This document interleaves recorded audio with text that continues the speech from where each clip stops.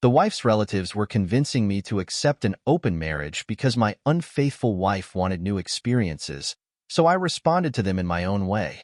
I remember when life felt simpler, back when the complexities of adulthood seemed distant, and my main focus was college. My world revolved around my studies, friends, and the occasional party that offered a break from the grind of law school. I was future-focused, not even thinking much about life after graduation. Being part of the Delta Tau fraternity, a brotherhood of a mix of personalities, taught me that character, not wealth or status, is what truly matters. We were a close-knit group, driven by the belief that we could make a difference in each other's lives and in the world. It was at one of those fraternity parties, a seemingly inconsequential event at the time, that I reconnected with Lisa. She was the daughter of my mother's best friend, someone I had known as a child but had lost touch with over the years. Seeing her again felt like time had frozen, yet she was no longer the little girl I remembered. She had grown into a vibrant young woman, and at that moment, I felt an inexplicable connection. What started as casual dating quickly turned into something far more serious than I had anticipated. The object in my hand is small and unassuming, less than 6 inches long, just over 3 inches wide, and about half an inch thick. It's made of plastic with a glass front and houses the microchips that power its functions. It's just a cell phone, yet it represents the greatest threat to privacy we've ever faced. These devices, once novelties, are now essential tools that we carry everywhere, giving anyone the ability to track us. Orwell's warnings seem almost quaint now. The world keeps evolving, even while we sleep. I know what you're thinking. There are rules and safeguards. But consider the phone I'm holding. It belongs to my wife, whom I've been with for over 23 years. She's always been loving and supportive, a strong partner without being overbearing. I've always believed in the sanctity of marriage, a commitment I take seriously. I thought we'd grow old together. Years ago, I traded my youth and freedom for her love, a bond as strong as steel. I'm no romantic fool. I'm a realist who values marriage based on rational judgment, not just love. Lisa, my wife, is the romantic one. Maybe that's the root of an old incompatibility that's surfacing now. Here I am, holding her iPhone at 4 a.m. in our small home office. I took it from her bedside table, the only time it's ever out of her reach. Like many modern women, she's never without her phone, always keeping it close. I had to wait until she fell asleep to pick it up. Why did I take her phone? I ask myself, am I losing it? How can I be suspicious of my loving wife? I blame my profession. It has trained me to see the dark side, to be suspicious. To put it simply, I'm a lawyer, and that has made me wary. My suspicions began with a small thing. I walked into the kitchen while Lisa, her full name is Melissa, but no one calls her that, was on the phone. Usually, she would ignore me, but this time she quickly hung up and seemed nervous. Later that evening, I asked to borrow her phone to order pizza since we no longer have a landline and the kids have gone off to college. We've been trying to save money wherever possible, and she's usually against takeout, careful about her weight. But this time, she agreed and handed me her phone without hesitation. Why not?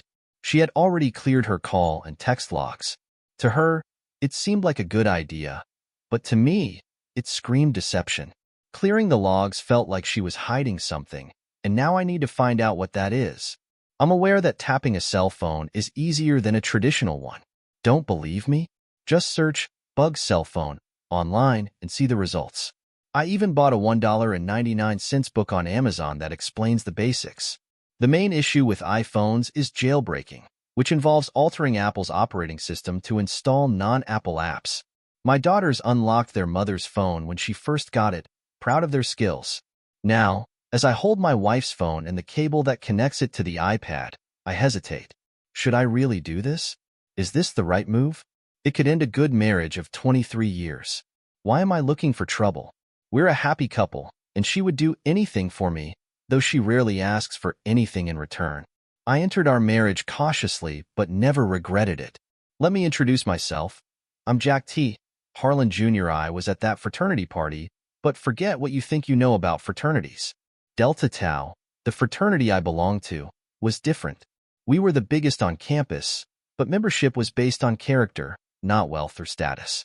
Our fraternity mixed all kinds of people: athletes, nerds, top students, and those on academic probation. We had beer in the basement and tutoring sessions upstairs. It was about brotherhood and doing the right thing. Failing to meet the standard meant letting everyone down, and that guilt was hard to bear.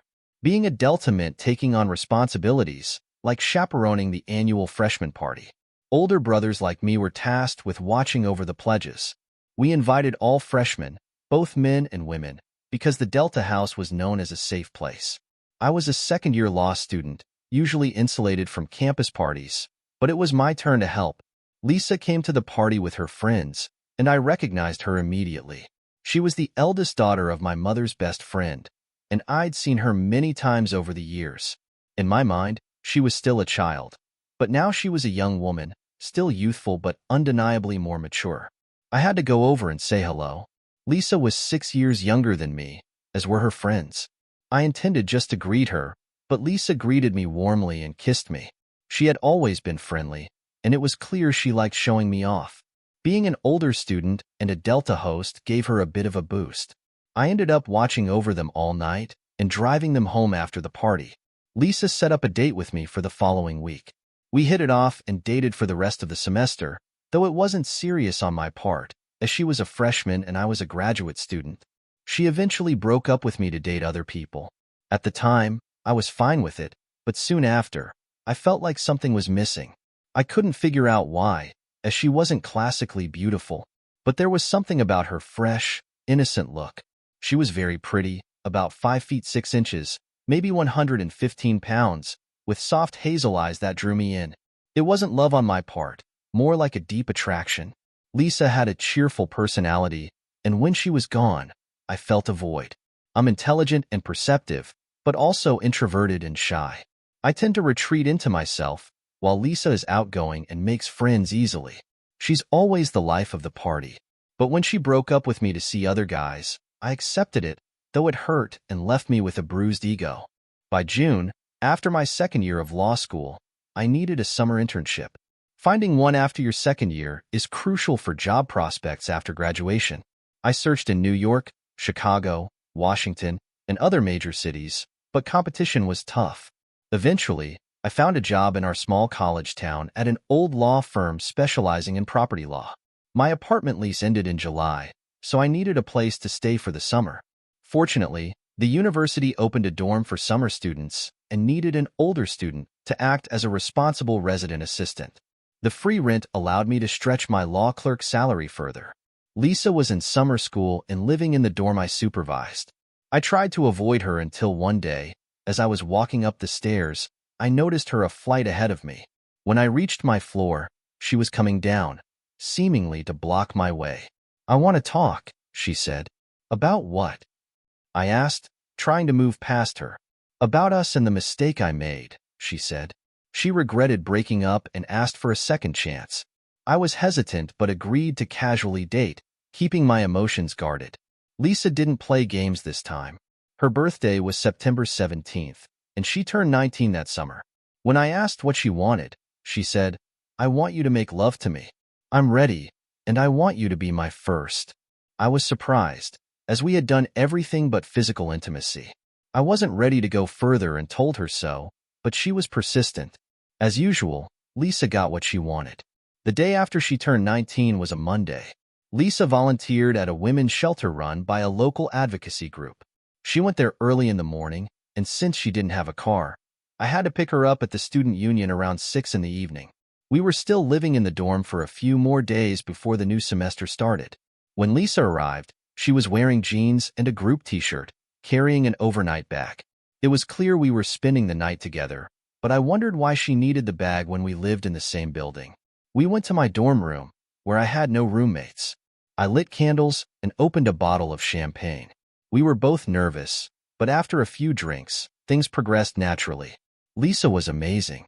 Lisa decided it was time to tell her family about our relationship.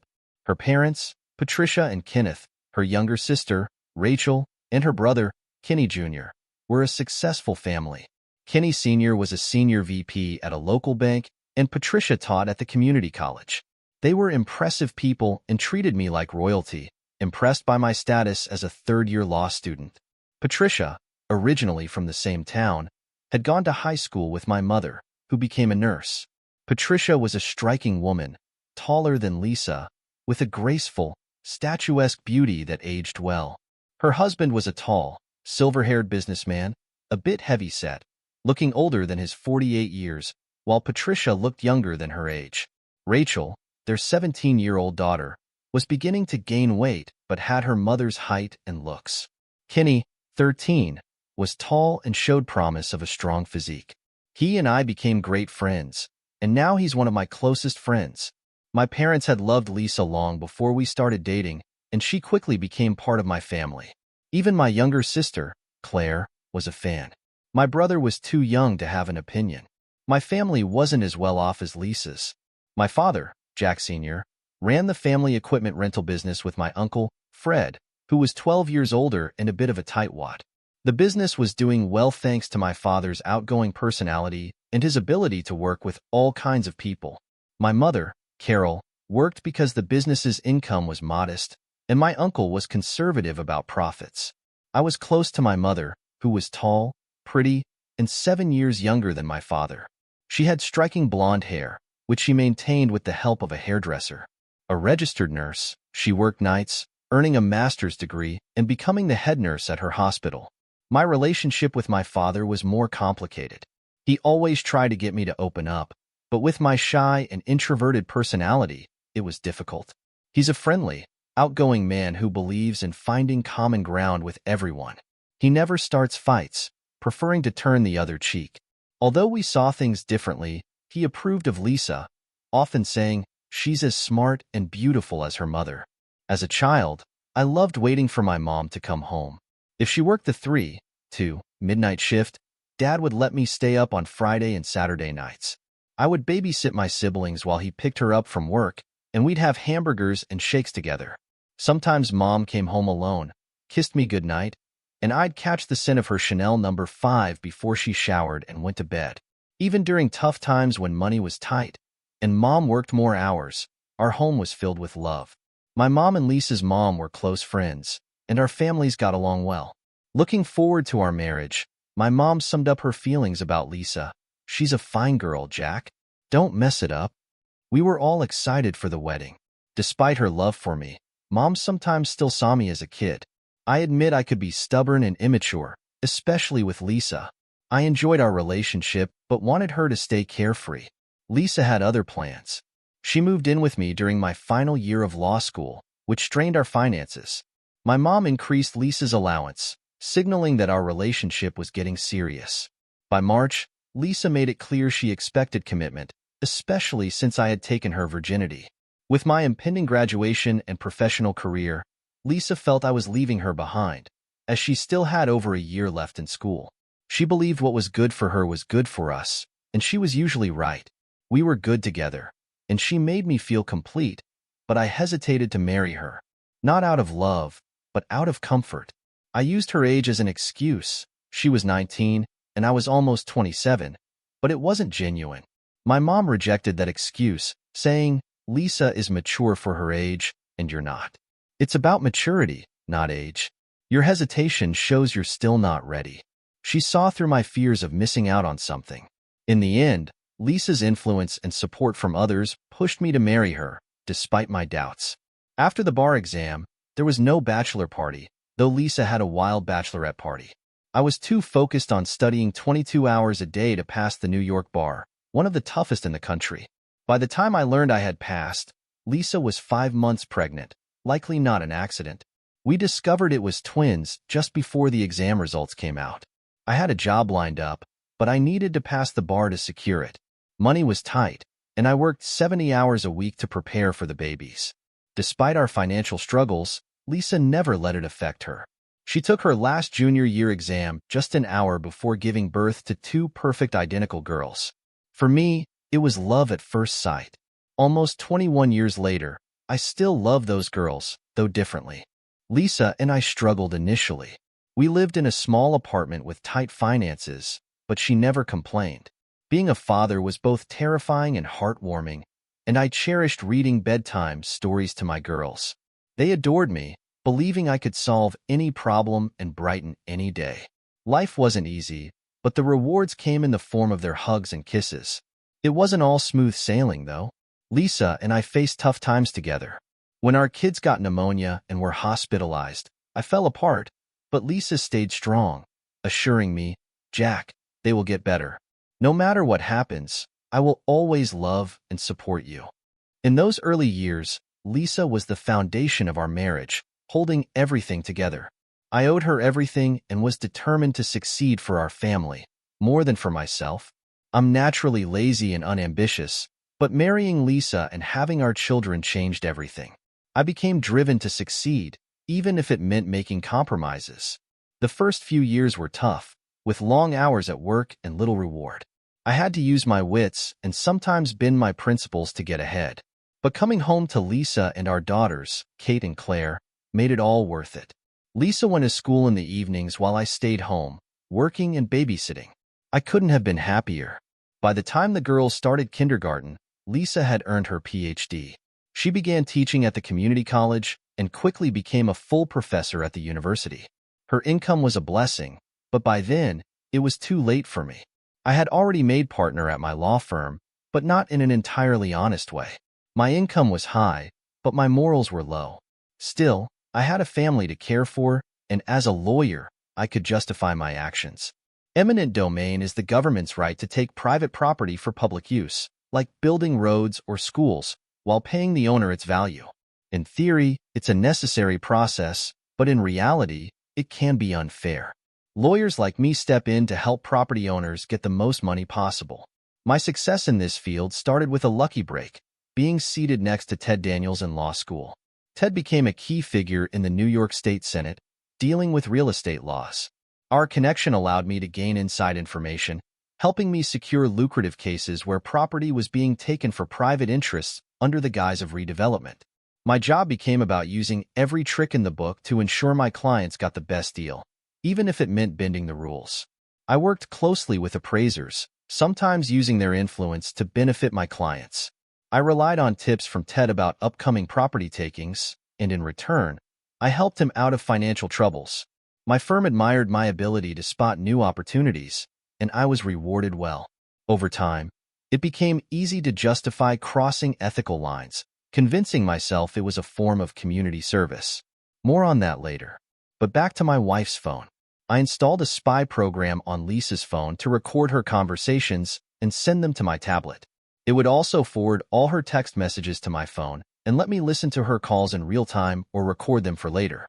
In theory, nothing Lisa said or heard would be hidden from me, but the reality was different. On the first day, Lisa spent almost 6 hours on the phone. Sifting through all her conversations was overwhelming. She spent 55 minutes just talking with a friend about a dress she saw at the mall but didn't buy. After 4 weeks of this, I started feeling paranoid and was ready to give up. Then a text came in. I was in a meeting when my phone notified me of a new message. I ignored it, but then 2 more came in quickly after. Lisa and I rarely text, so it was unusual. After the meeting, I checked my phone and saw 3 messages relayed from Lisa's phone. "Remember, we're having lunch today, Brad. Can't wait to see you. Love you." I realized Lisa had a lunch date with someone named Brad, who seemed to miss her and had said he loved her. The restaurant was a small, intimate place, perfect for a discreet meeting. It was already afternoon, and I couldn't get there in time, but I could eavesdrop. I activated the bug on her phone and listened as I drove. At first, I only heard car noises, then the sounds of a restaurant and a hostess greeting Lisa. "Good afternoon. What can I do for you?" "I'm meeting someone." "Oh, there he is." Then I heard the sound of them hugging, or maybe kissing. They exchanged greetings and talked about work. Apparently, they had worked together at the university. Brad spoke confidently, complimenting her hair, her dress, her beauty. I listened as he seduced her, which would have been fascinating if it wasn't my wife. When their food arrived, they started talking about me, how old, boring, and uninteresting I had become. Brad told her she deserved better, and he wanted to be with her. "But I can't. I'm married. I intend to grow old with Jack. Please understand," she said. "Can't you see he's already old? You're still young. Live while you can. If you can't leave him, then we'll be separated." "No, I will not cheat." I've only ever been with Jack. I love my husband, but I want you. I need you to feel complete. I need Jack to understand that there has to be a way. Just give me time. Please, for everyone's sake. I've waited so long already. I know, but I need time. Okay, but please no longer than that. As I pulled into the parking lot of the restaurant, their conversation shifted to mundane topics again. I parked out of sight, but where I could still see the door and Lisa's car. They discussed how they needed to be together without jeopardizing her marriage. Lisa said, "I still love Jack. We've been together for so long. I owe it to him to try to keep it together." "That's why I love you so much," Brad replied. "You have such deep feelings. I just have to show you that pity is not love." When they walked out, I saw Lisa, dressed to impress, not how she had left the house that morning. Brad was tall, maybe 6 feet 2 inches or 6 feet 3 inches, slender and athletic, with dark, coffee-colored skin. Handsome, maybe, depending on your taste. But he was young, no more than 32. They kissed goodbye, and he hugged her tightly until she pulled away. Surprisingly, I didn't feel as jealous as I thought I would. Sure, I wanted to knock him out, but I needed some leverage, like a baseball bat and an element of surprise. There's nothing fair about seducing another man's wife. He was just a smooth talker, using her until he got bored. Lisa, being smart, probably knew that. My wife was playing a dangerous game. Not with her lover, but with me. Did she really think I would tolerate it? We have a typical American marriage. Maybe 7% of men rule their homes. The other 93% have to compromise. I had to compromise a lot. Even when I thought I had won an argument with Lisa, she always got her way in the end. But Brad was different, new, forbidden, and irresistible to Lisa. He offered her an escape from a tired, old husband and an empty nest. Brad was just the first man outside our marriage, but likely not the last. My choices were limited. Stay with Lisa or leave her. Leaving was hard. We'd been through so much together, and I was admittedly very dependent on her after so many years. I couldn't imagine life without her. But then, what if? That evening, I tried to appear neutral, if not cheerful. Lisa noticed my mood and asked, "What's wrong, Jack?" "Nothing. I guess I'm just tired from work," I replied. "You work too much. You should slow down and take better care of yourself. Maybe join a gym," she suggested. I looked at Lisa closely, feeling critical. I had joined a gym last year and lost 40 of the 50 pounds I had gained since our marriage. I had been working out with a trainer 4 times a week and was in great shape. Her interest in her new boyfriend wasn't about me being out of shape or boring. It was about how she perceived me. I was like an old, comfortable pair of slippers, familiar but no longer appreciated. Lisa needed to work on herself, and eventually, she bought that dress she had been eyeing for so long. She was still debating whether to try on a new man. The next day, I got another surprise. The phone bug caught a conversation I almost missed. Curious, I listened to see if Lisa would mention anything to her mother. "Hey, Mom, just checking in about Thanksgiving. You're bringing the sweet potatoes with bourbon and the broccoli salad, right?" "Of course, dear. But tell me, how was lunch with Brad?" "Oh, Mom, he's great. But he wants to go further and I can't." "Why not? You should have pushed Jack years ago. Now you've lost your leverage. The kids are grown, and you can't use them as an excuse." "Mom, I'd never do that. I may be a bad wife, but I can't be a bad mother." "Nonsense. You're a great wife. Does Jack ever complain?" "No. You keep a perfect home, cook well, raise 2 great girls, and satisfy your husband. Plus, you contribute more financially." "Yes, but now I'm considering infidelity." "It's not cheating if he consents. Jack needs to understand that women's needs change as they age. We need variety, while men just need sex. Having another man won't affect Jack. He's a good man and can prove it by giving you some space. Make sure he knows he'll still come first. But Jack is still a bit immature. I'm not sure he'd agree to share me, and I don't want to risk losing him. Your father isn't broad-minded, but I've been seeing other men for decades, and he hasn't left me. It took time, but he adjusted. You should know that." "Yeah, but Jack isn't Dad. I don't see him accepting that I have a secret lover. Let me talk to Carol. She knows Jack well, and she was the one who convinced him to marry you." Let's see what she thinks, my mother-in-law said before ending the conversation with some cryptic words that shocked me. What did she mean about my parents? I had a sinking feeling that I knew, but didn't want to face it. Tapping Lisa's phone had been a mistake. Hearing what others thought of me only made me feel worse. I spent the next few days waiting for something to happen, but nothing did. Then, my daughter Claire called. "Hi, Mom. Kate and I will be home on Wednesday for the break, but we need to be back on Monday. We have hot dates with 2 soccer players after their game." "Okay, I'll let your dad know." "But I thought Kate was dating Rick, the baseball player." "She is, but he has to deal with it," Claire giggled. "I guess times have changed if guys are okay with their girlfriends dating others." "Oh, Mom, you're so old-fashioned. By the way, how's it going with Brad?" "Nothing's going on. I'm married to your dad. What am I supposed to do about Brad?" "Oh, please, Mom. Daddy is a fat old man. He can't expect you to give up someone like Brad for some outdated tradition. You should go for it. Daddy loves you and doesn't have a choice." In the background, Kate added, "Exactly." Then she grabbed the phone. "Mom, do you want us to talk to Dad? We can explain and remind him of everything you've done for him. He loves you more than anything. He can't expect to have you all to himself. It's not fair." "I don't know. Your father never gave in to me, even when he had the chance. He can be very sensitive. But Mom, we know Dad loves you. If you explain how much you want and need a relationship with Brad, just assure him that he'll always come first." "That's what I told Rick, and he's fine with it," Kate said. "Your grandmother is going to talk to Grandma Carol. I hope they can work things out so your father understands that Brad is no threat and that what Brad and I have is just a shadow of what your dad and I share." I was shocked and hurt, hearing my daughters talk about me that way. It was painful to hear them call me a fat old man, even though they claimed Lisa still loved me. I realized I had let myself go. I was in great shape but hadn't paid attention to my gray hair or outdated clothes. I decided to change that. I went to a salon, got my gray hair touched up and restyled. Lisa didn't even notice. Then I went to New York and bought a new wardrobe to show off my slimmer body. I didn't look 32, but I looked good for 48. Still, neither Lisa nor my daughters noticed when they came home for Thanksgiving. They gave me the same cheek kisses they always had. I realized they took me for granted, expecting me to be there when needed and invisible when not.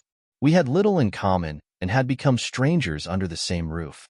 I knew more about them than they did about me, because I had always been withdrawn. Thanksgiving arrived, bringing both the Harlans and the Boswells together, 27 people in all. After watching the parade and a football game on TV, the women gathered in the kitchen and the men in the living room. I slipped away to the family room, where my daughter-in-law and Claire were watching the small children. I locked myself in, put on headphones, and listened to the conversation in the kitchen. Through Lisa's phone, I recognized my daughter Kate's voice saying, "He's gone into his room," and closed the door. "Okay, someone tell me what's wrong with my son," I heard my mom ask. "What do you mean, Mom?" Lisa replied, "Well, he has new clothes, a new haircut, and less gray hair," my mom said. "Honestly, I noticed something too, but couldn't pinpoint it," Lisa added.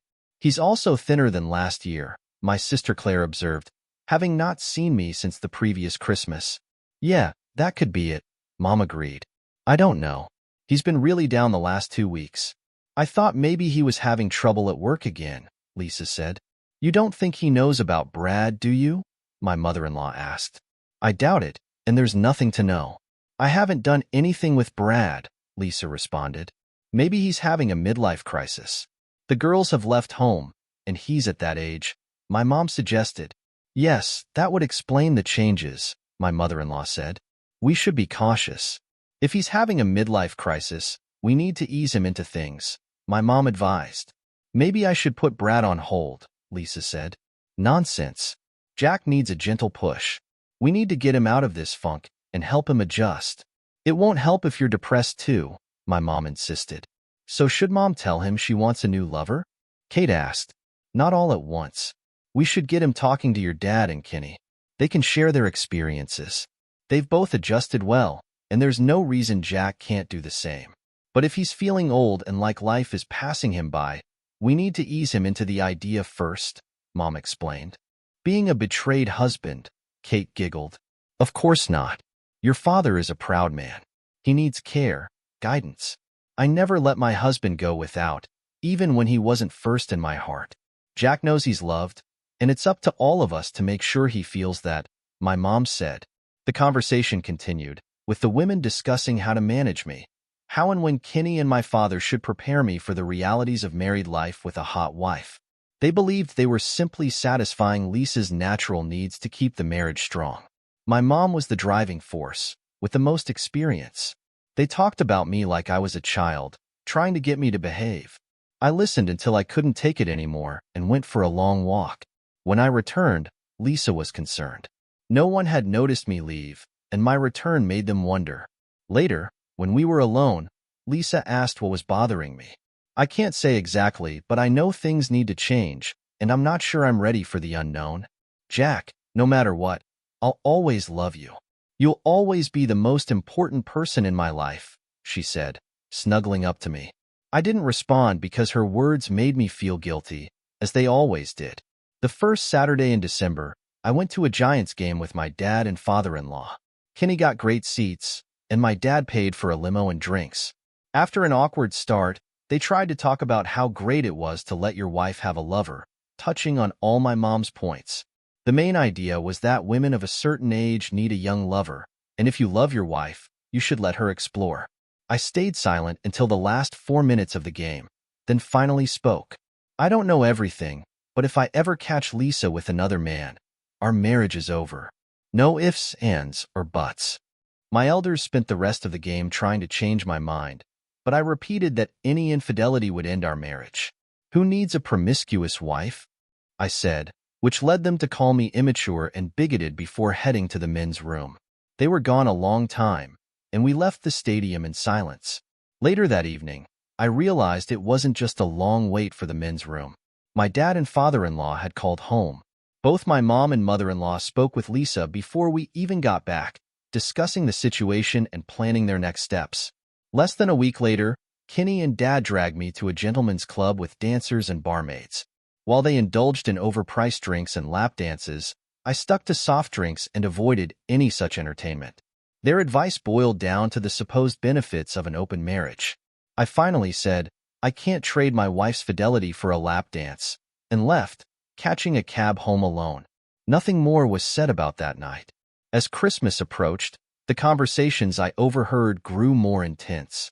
Brad was flirting with Lisa and pushing for a meeting during the holiday break, a perfect time since I was supposedly working. Anyone who looked closely at me would have noticed something was wrong. Now, for a confession. I had crossed ethical lines in my business dealings. It started with small parcels of land with limited access, called keyhole lots. These lots were cheap and undesirable, located miles from a highway. But when a national retailer needed a warehouse with interstate access, those lots suddenly became valuable. I had inside information from my buddy Ted and found a small, for sale, sign on a rundown property, a 320-acre former dairy farm worth little at the time but soon to skyrocket in value.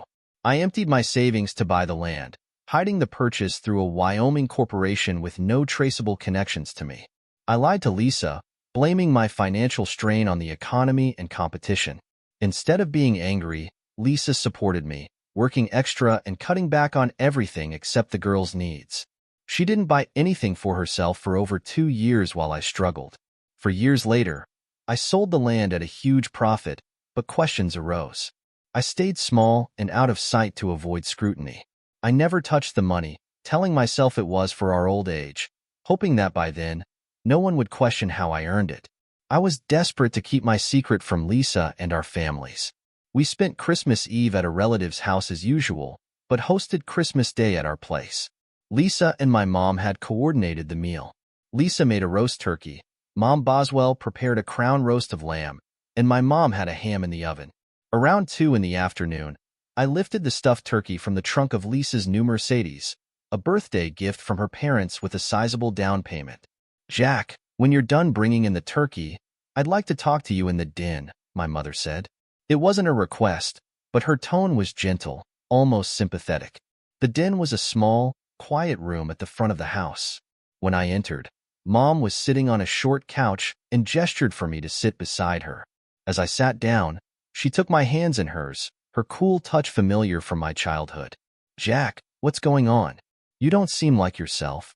If you're in trouble, the family is here to help, she said, leaning in and looking me in the eye, waiting for a response.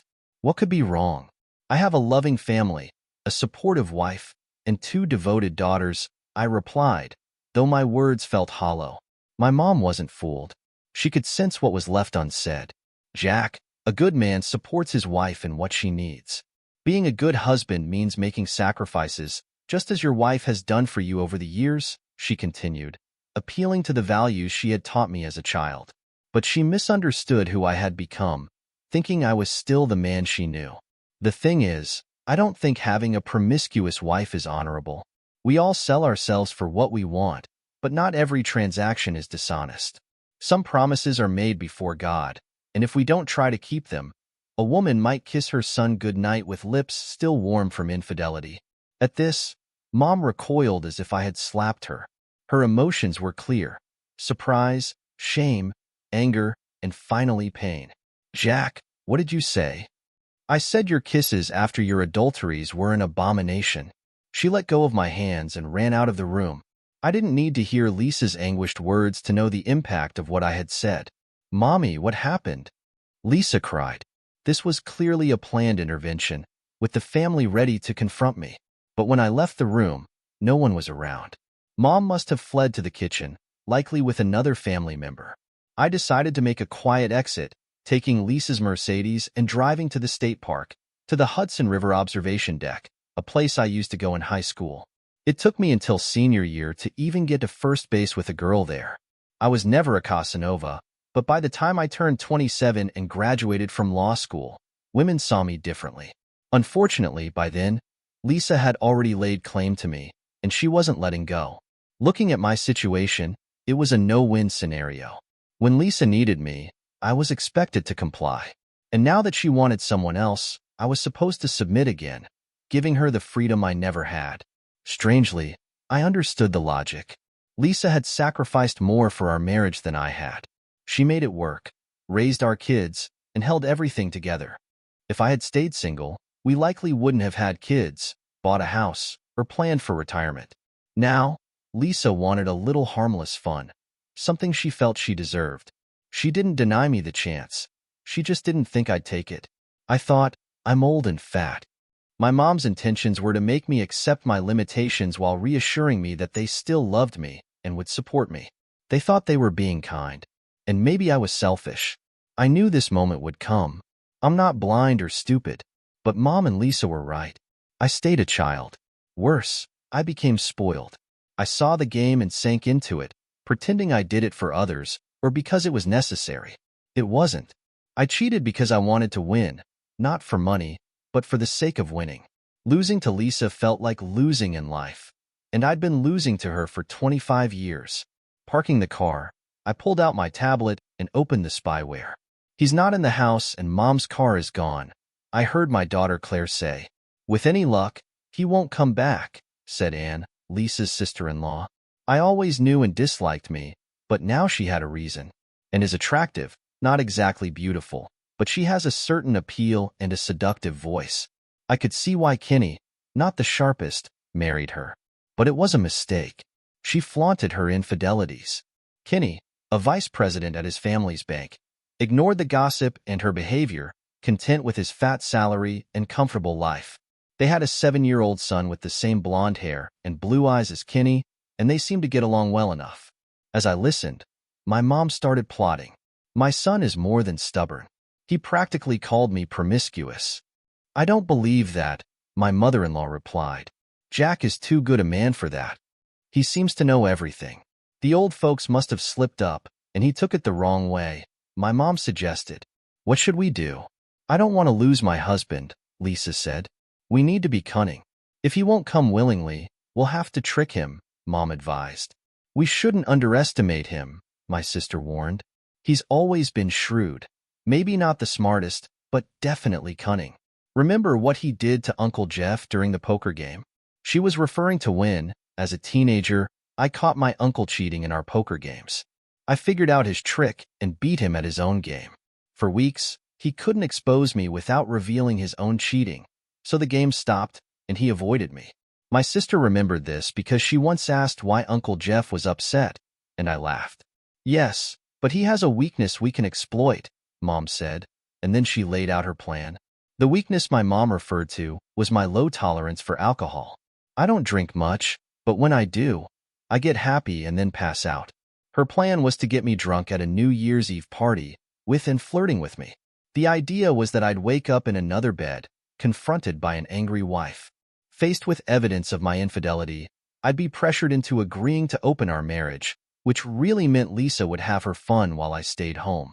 The problem was Anne's reluctance to seduce the old fat man. They figured I wasn't attractive enough, but Anne was the best choice since she was married to my friend Kenny, which would add to the guilt, and didn't need to actually do anything, just get some compromising pictures to help. They enlisted my brother Samuel's shy wife, Elaine, who was eager to fit in and would be the perfect witness as the newest family member, married for just 3 years and currently pregnant. Sitting in my wife's expensive car, I looked out at the northern Catskills, where Washington Irving set Rip Van Winkle. The fog rolling over the dark mountains created an eerie scene, fitting for an Irving tale but not for listening to your marriage fall apart. Then Lisa spoke up. "We need to give Jack more time, another chance," she said. "What about Brad? Will he wait?" her mother asked. "Brad is worried. We both have this week off, and he thinks it's the perfect time to get a room. But I still need Jack. He's my first and true love. I'm going to work this out with him. He's never denied me anything, and I don't think he'll start now. We just need to reach an understanding," Lisa replied. "My plan will work. Your husband deserves this for his attitude. Talk to him more, but don't keep Brad waiting because of my stubborn son," my mom advised. "I'll give Jack one more chance to step up," Lisa concluded. I had no choice but to return and endure Christmas dinner with my family. Everyone was cold toward me, except Anne, who had apparently resigned herself to flirting with the old fat man. Lisa pulled me out the door to her Mercedes. "What about Christmas dinner?" I asked. "We're not going. We need to talk," she replied. "Is there something to talk about?" I asked. "Yes, but not here," she said with a sly smile. She drove us to the Hilton, where she had already booked a room. White Star champagne was waiting when we arrived. "What's wrong, love?" I asked. "Nothing's wrong. Please stop worrying. It's not about us. I love you and always will. I want to be with you forever, just like we promised. Forget everyone else." "You know I could never love anyone else," I said. "Yes, love." "No," she replied. "Is there a difference?" I asked. "Yes. I'm trying to assure you that we'll be together forever," she said. "You can keep a bird in a cage, but don't leave the door open," I said. "What does that mean?" "I offer us freedom because we love each other. That's what keeps us together." "I won't fly away," she said. "Please don't believe me," I said. "I do, but you're wrong." "No, believe me. I can only love you," she insisted. I had no answer. She missed the point entirely. Don't let male pride hurt us. We're just talking about physical needs. "It doesn't mean anything," she said. "Lisa, this is an argument you can't afford to win. Be happy with what we have. Just don't open the door. Don't be stubborn. You know I'll always take care of you. Don't be foolish," I said. I hugged her, realizing our future was uncertain. She couldn't see that everything was built on a lie I had allowed to persist for over 23 years. Lisa believed the lie she told herself, and I had never challenged it. "I love you. Everything will be fine. Believe me," she would say, not realizing she wasn't the problem. "No, believe me. I will never accept what you're offering." "I've kept my end of the bargain," I said, ending the conversation. The following Wednesday, Brad invited my wife to his house for lunch. I listened just long enough to confirm they were done with our marriage by mutual agreement. The loving couple didn't mention me, as if I didn't exist. Friday was New Year's Eve. I started the evening with a drink at O'Malley's, my favorite spot, which is a restaurant bar. I invited all my older friends for drinks, but no family members. Sticking to soft beverages, I didn't arrive at Kenny's house until 10 p.m., taking a cab. My old Honda was parked some distance from Kenny's place that day, hopefully unnoticed. When I arrived, I sat at the bar, feeling worse for wear. It wasn't long before they handed me a very strong drink. They started off slow, but quickly intensified the level of intoxication. I had a tough time shaking them off, but luckily, and Kenny had house plans, and a few trips to the restroom allowed me to stay sober while I pretended to be drunk, and asked me to dance. I let her lead, and after a while, I responded as best I could. Apparently, this happened about 40 minutes after the ball dropped in Times Square, and by then, I was fully pretending to be completely intoxicated. It must have been convincing because Elaine took my hands and started helping me up the stairs. Once in a room I assumed was the guest bedroom, they tossed me onto the bed. "I don't think I want you to do that," I said. Elaine jumped back, surprise written on her face. "Crap, crap, crap," and cursed. "My sister warned you, but who listens in this family?" I said. "Now, both of you go downstairs and send that traitorous fool who calls herself my wife up here." With those words, they ran out of the room. A long time seemed to pass as I sat listening to the commotion below. A few raised voices were heard, but I didn't bother to eavesdrop, as that part of the drama was already over. Eventually, Lisa appeared in the bedroom doorway. "You wanted to see me?" she asked. "Yes, come in and sit down," I said as softly and kindly as I could under the circumstances. Lisa sat down, and the tears started flowing. When her nose began streaming, the tears stopped. "I'm sorry that I made a terrible mistake listening to the others," she said. "What are you sorry for? That you wanted another man, or that you had fun with him last Wednesday at his apartment?" I asked. She shrieked, and for the first time, I saw fear in her eyes. "No, maybe it's just that Mom's plan didn't work, and now you're caught up in it. Please, Jack, I love you. It doesn't mean anything. You have to believe that," she said, perhaps a little surprised at how calm I was. "No, Lisa, I won't forgive you." "Oh, please, Jack, forgive me, and let's forget about it." "Oh, I forgive you, Lisa. There's really nothing to forgive except a little deception. The problem is the rest of it. You see, I don't love you, never have, and probably never will." "You don't mean that, Jack. That's just your anger talking," she said. I couldn't help but laugh. "Do I seem angry? Let me assure you, I am not. I've spent the last 25+ years in this marriage. It wasn't all bad. It's been a kind of gilded cage, but now the door is open, and I'm walking out, thanking you for finally setting me free." "Jack, please, that's not what you mean. I'm not going to let you divorce me over such a small thing after all the years of loving devotion I've given you. Do what you want. I'm leaving. I had it all worked out. You held me with pure guilt, and now I have none. You wanted an open marriage, and I'm giving you the most open marriage possible, one without a husband." With those words, I stood up and started to walk away. "What will you tell our daughters?" she asked, her anger rising. "Goodbye is all I will say. I wish to God I could believe they weren't mine, but considering what they are and what my mother is like, I have no doubts. So, goodbye is all I have for them, nothing more." Then I stopped and thought to myself, that's not true.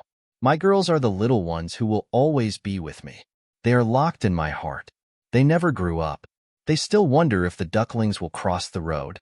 With those words, I left my crying wife and walked down the stairs. Of course, my mother, supported by my father, tried to stop me from leaving. "Where are you going?" Mom demanded. A good question that I don't have an answer to, but I guess to a lot of places I haven't been able to visit in 25 years, I said. "So you're just going to run away because life didn't work out the way you wanted it to?" she said. "No, I'm leaving to find my life, the one I've missed so much." "Oh, please, Jack, be reasonable. Everything you have is here. Everyone who loves you is here. Everything we've ever done has been for you. Don't let stupid male pride ruin your life. You don't have a life without us. How will you live? Who will take care of you? If you leave, there may be no going back, son. Think about what that means. Lisa has been good to you. We all know how dependent you are," Dad said. "I'm sorry, but I was already gone. You just didn't notice. The key was in the lock. You just had to turn it," I said. With those words, I kissed my mom gently on the cheek and left, waving broadly at the others and saying a firm goodbye. I left my wife, daughters, brothers, sisters, and parents behind. I was free. I was alone, but in truth, I had always been alone inside. And I wouldn't be alone for long. An older but not fat man possessed the greatest aphrodisiac in existence, cash. Millions, for physical attractiveness. I was cashing in and heading for the most remote and decadent places I could find. I traded one old promiscuous wife for as many young ones as I could handle. After 25 years of incarceration, I was out of prison, and a new and different world awaited me.